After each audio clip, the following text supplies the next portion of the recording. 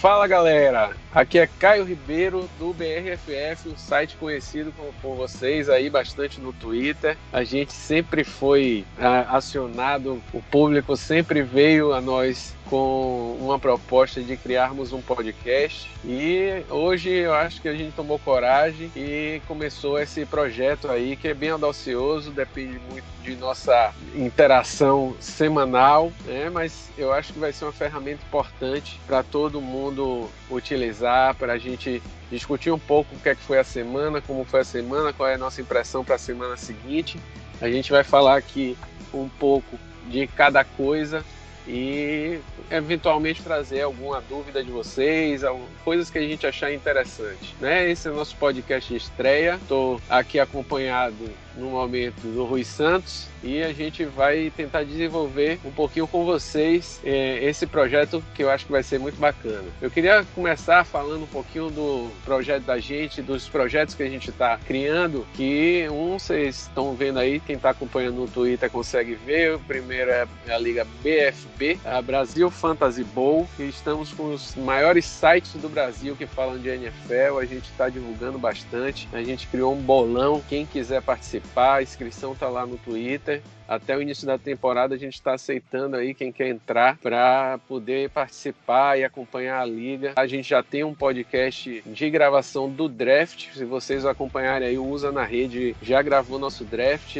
foi bem interessante, cada especialista falou um pouco de sua escolha. Se vocês forem aí no site The Playoffs, vocês vão conseguir acessar. O outro projeto da gente é um projeto que a gente já vinha fazendo de ligas do BRFF, só que esse ano a gente inventou um pouquinho e ousou um pouquinho mais, eu diria até muito, né? A gente está aí agora com quase 30 sites que fazem a cobertura da NFL, do Fantasy, e que vocês acompanham aí pelo Brasil sobre futebol americano, e essa galera tá com a gente jogando em ligas com vocês, com o público. Já lançamos as inscrições, a gente já tá fechando as inscrições, mas a gente vai estar atualizando, vai estar divulgando aí no Twitter, principalmente no Twitter e no Instagram.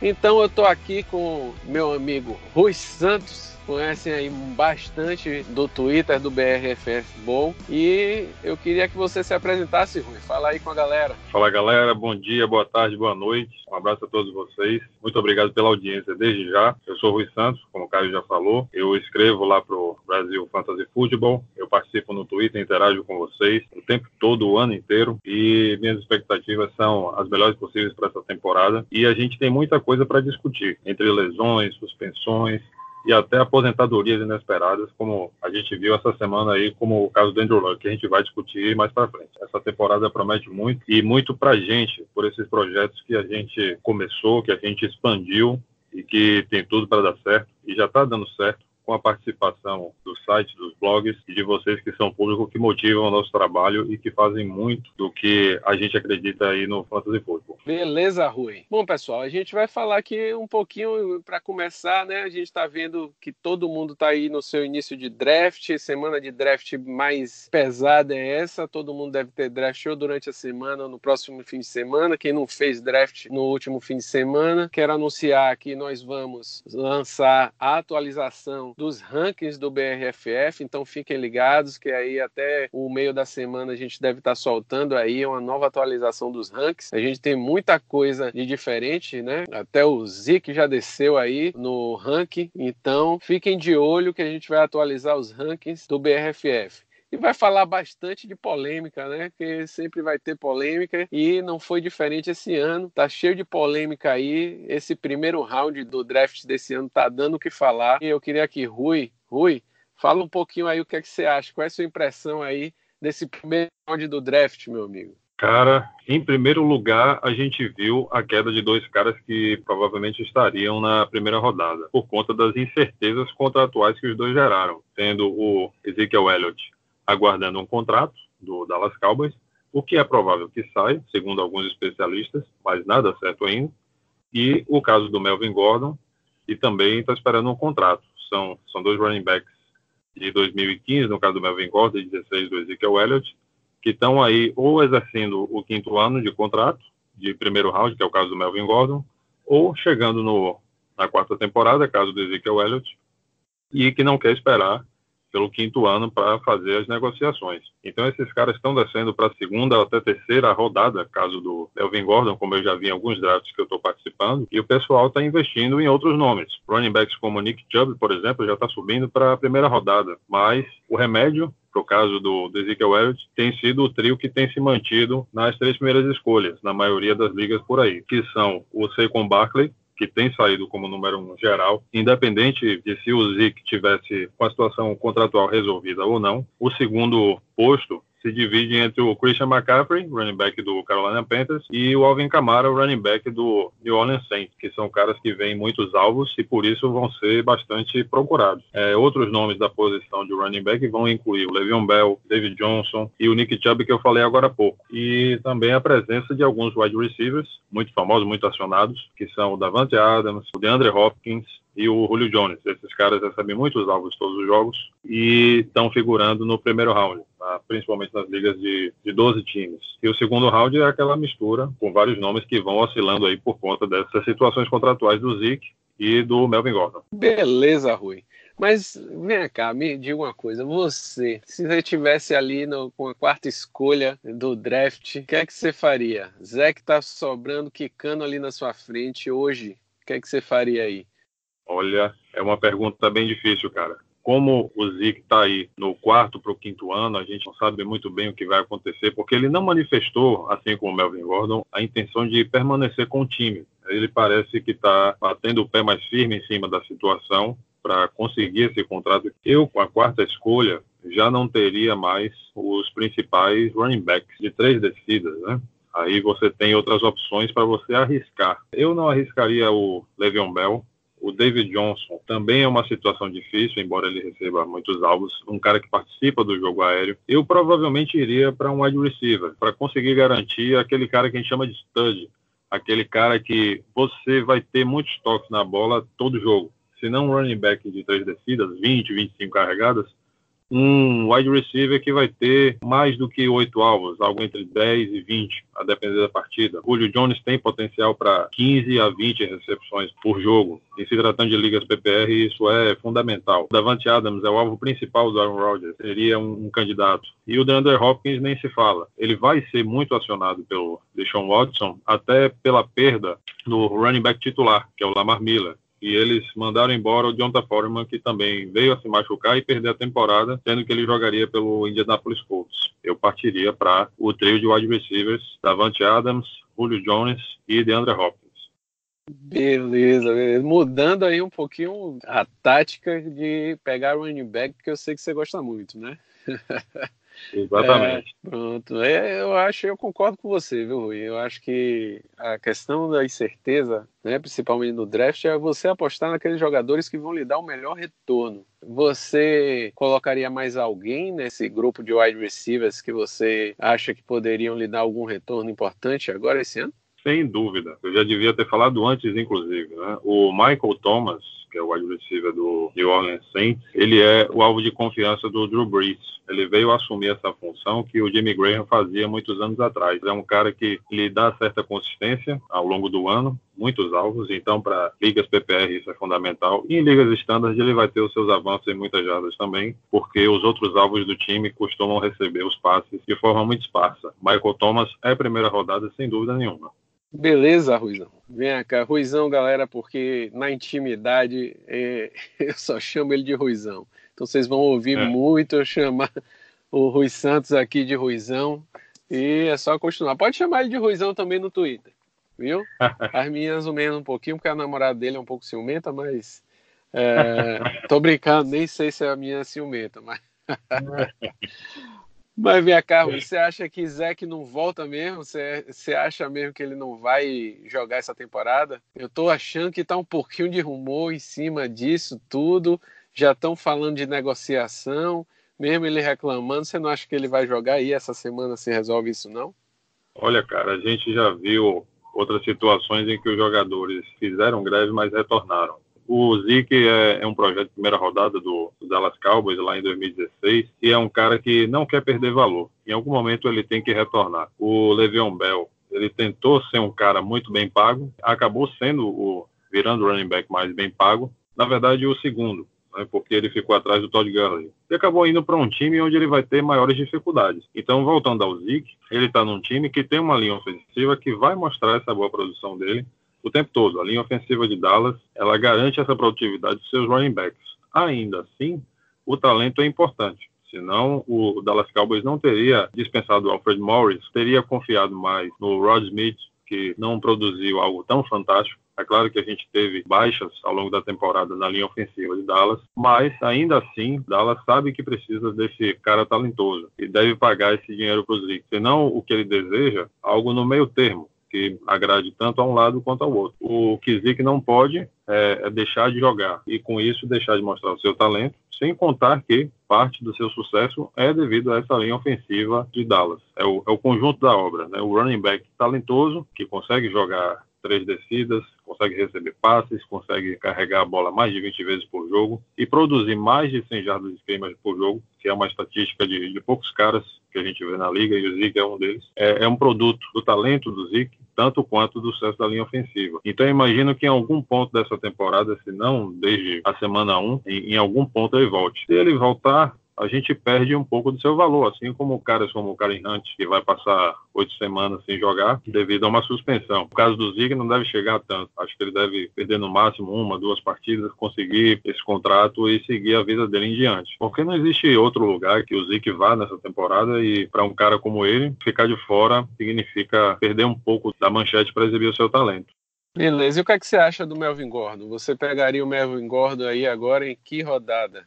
Olha, eu acompanharia o que o pessoal está fazendo. Eu vejo o Melvin Gordon já cair para a terceira rodada, porque o caso dele parece ainda mais incerto, por mais que ele tenha dito que quer renovar com o time, que quer permanecer na franquia do Los Angeles Chargers. No entanto, a gente não tem muita certeza da situação, porque, entre outras coisas, o time conta com um backfield relativamente talentoso, não no nível do Melvin Gordon, mas que pode produzir alguma coisa atrás de uma boa linha ofensiva que o Chargers possui. Então, o Chargers tem o Austin Ekeler, que é o reserva imediato, que se não produz muito em termos de carregadas, é um cara que auxilia no jogo de passe. Mas eles têm um outro bom running back, que é o Justin Jackson, que pode fazer essas vezes de running back de 3 descidas, ou as 2 primeiras descidas, e trazer o Austin Ekeler para a terceira descida, para situações de passe. Então, o Chargers tem condições de fazer um comitê, até porque grande parte do sucesso ofensivo do Los Angeles Chargers passa pelo jogo aéreo e pelos talentos de Keenan Allen e outros wide receivers. Tudo bem que eles perderam o Tyrell Williams, por exemplo, mas ainda assim eles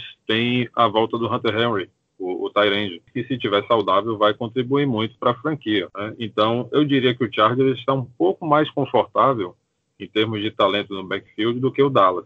Logo, o Melvin Gordon, obviamente, tem caído mais do que o Zeke. As pessoas têm acreditado mais que o Zeke pode vir a jogar, tanto que o Zeke não tem passado da segunda rodada, do início da segunda rodada, enquanto o Melvin Gordon já está caindo para a terceira. Eu sigo o que o pessoal vem fazendo e pegá-lo na terceira rodada, logo depois de você pegar 2 valores interessantes, para serem os âncoras do seu time, e fazer do Melvin Gordon uma aposta que vem muito cedo, de modo que, se tudo der certo, você passa a ter 3 âncoras. Se tudo der errado, você vai ter 2, e aí você vai acumulando valor nas outras rodadas para compensar esse investimento de agora alto risco no Melvin Gordon. Beleza, Luizão. Uma coisa importante que vem, na minha opinião, atrelada a essa questão da dúvida entre Zeke e Melvin Gordon, não entre eles, mas assim, deles estarem presentes ou não para as rodadas, para a temporada, é a gente saber quem draftar do time para poder substituir o talento deles aí durante a temporada. Você já falou um pouquinho do Austin Ekeler, Justin Jackson. Eu acho que o Austin Ekeler tem um talento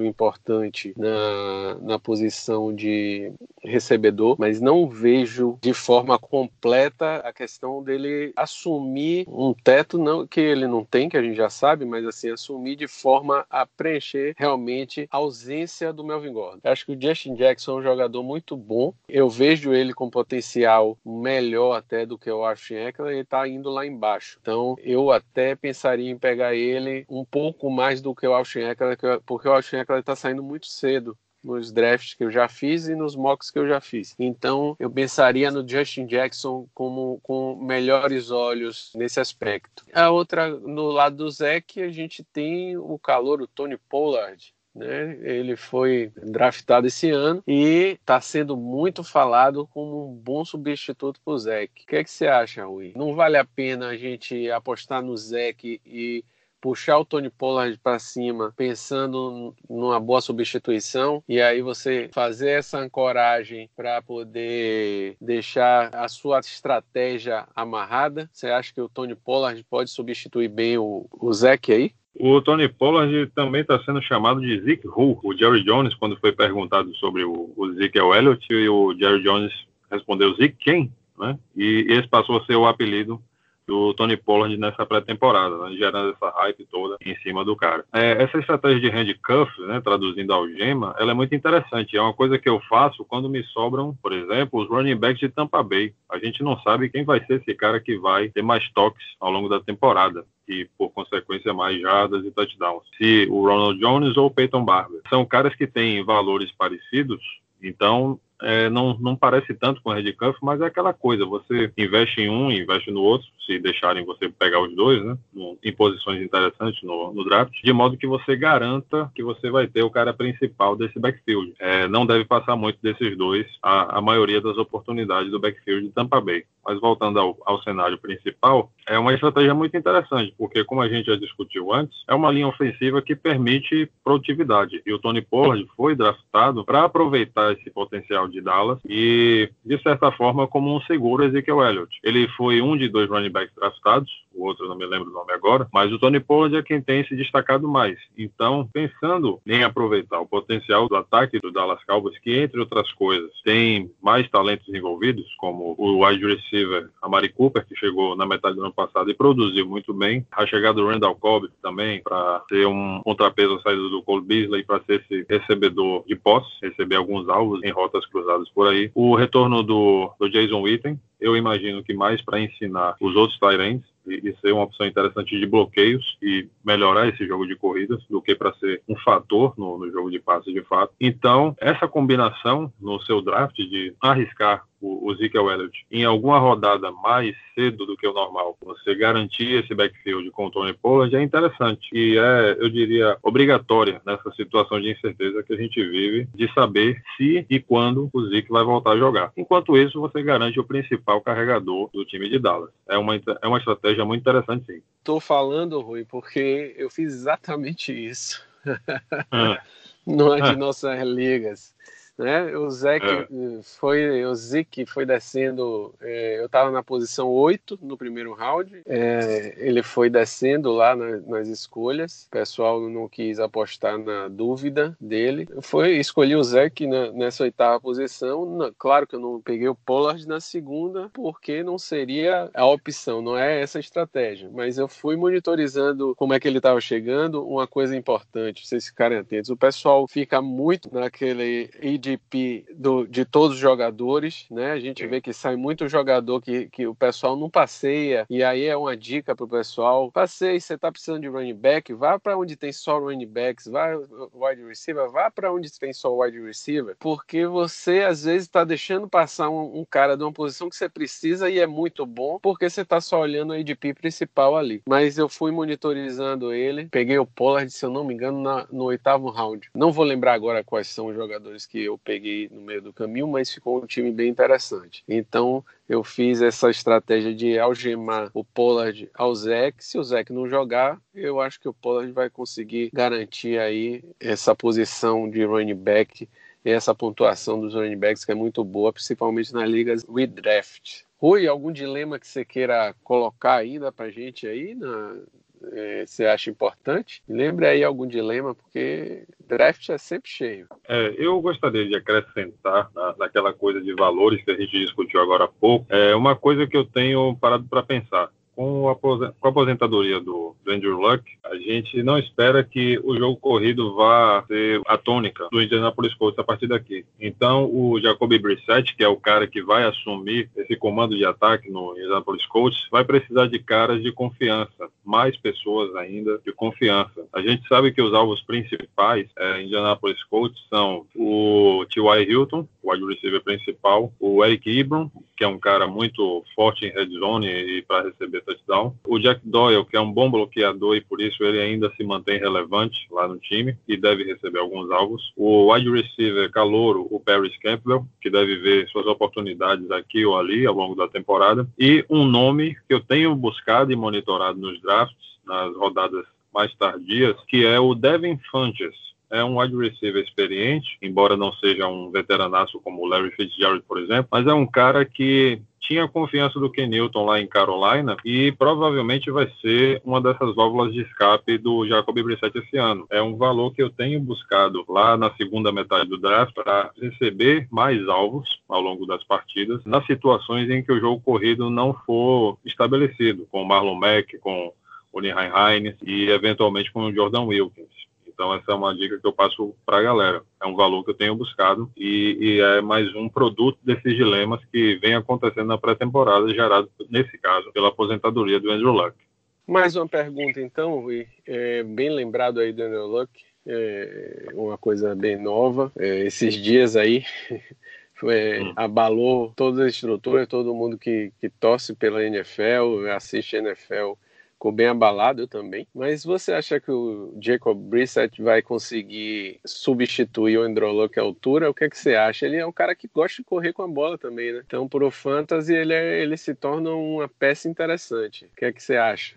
Então, ele não vai substituir integralmente o Andrew Luck, isso aí a gente sabe, né? O Andrew Luck, ele, uma primeira escolha geral de 2012, um cara de talento extraordinário, um cara que sabe fazer leitura após o snap, sabe improvisar, sabe encontrar seus alvos. O Jacoby Brissett, ele até outro dia era o terceiro quarterback do New England Patriots, que saiu por uma troca de escolha de draft, justamente na época em que o Andrew Luck tinha machucado o ombro. Então, o Colts precisava urgentemente de alguém para assumir essas rédeas. O tio Bill, ele espertamente passou o Jacoby Brissett, que não era muito do interesse dele, para o Indianapolis Colts, para assumir essa função. E a gente pôde ver no ano de 2017 que ele tem um piso e teto limitados. E não vai ser como o Andrew Luck, que pode lhe entregar 15 a 20 pontos consistentemente por partida. Né? E o Andrew Luck foi um desses caras mais consistentes do ano passado, em que você sabia que podia manter em campo que ele faria uma pontuação muito boa, até porque ele recebeu ajuda na linha ofensiva, né? O guard Quentin Nelson, que foi a sexta escolha geral do ano passado, arrebentou. Ele protegeu sensacionalmente o Andrew Luck e conduziu esse time até os playoffs, quando eles caíram para o Kansas City Chiefs, se não falha a memória, no divisional.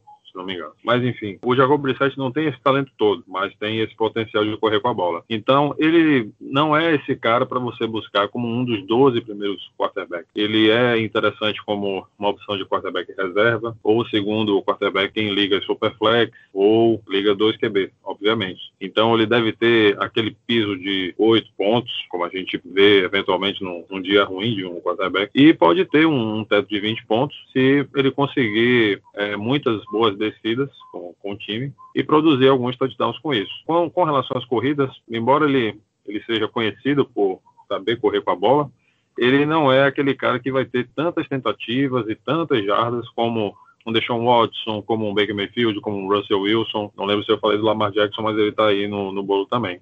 Com relação ao Jacob Brissett, ele vai ter essa oportunidade de correr com a bola eventualmente, mas não vai ter esse teto tão sensacional. Então, ainda que ele tenha herdado essa linha ofensiva melhorada do Andrew Luck, ele não tem esse mesmo potencial. A gente tem que observar, a gente tem que draftar quando quiser pegar um segundo quarterback, que geralmente não é necessário em ligas comuns, né, standard PPR, mas ele é interessante como segundo quarterback em liga Superflex e 2QB. Bom, galera, é isso que a gente tinha para trazer aí na nossa primeira empreitada como podcasters, e a gente vai estar aí tentando manter essa produção de podcast para vocês. Vamos tentar tirar dúvidas ao máximo, porque é isso que a gente faz. Esse é um dos nossos objetivos, é fazer vocês gostarem cada vez mais de fantasy e gostarem cada vez mais da NFL. Acompanhe nossos projetos. A gente está com o BFB, como eu falei no início, e com o BRFF Bowl, são as ligas do BRFF, né? E acompanhe o BRFF em todas as nossas redes sociais. A gente está no Instagram, @BRFFootball, a gente está no Twitter com @BRFFootball e com o Brasil Fantasy Football lá no Facebook. A gente está mais ativo no Twitter, mas a gente está direcionando muito nossas artes para o Instagram. Acompanhe a gente lá também. Valeu? Um abraço, Ruizão. Um abraço, Caio, presidente. Para quem não sabe, eu chamo ele muito de presidente também. É muito bom estar aqui com vocês, finalmente iniciando esse projeto, atendendo esses pedidos. E é o projeto original que acabou criando o blog, mas esse é o projeto original e que a gente quer fazer crescer e fazer aparecer cada vez mais. Um abraço, galera, e até a próxima.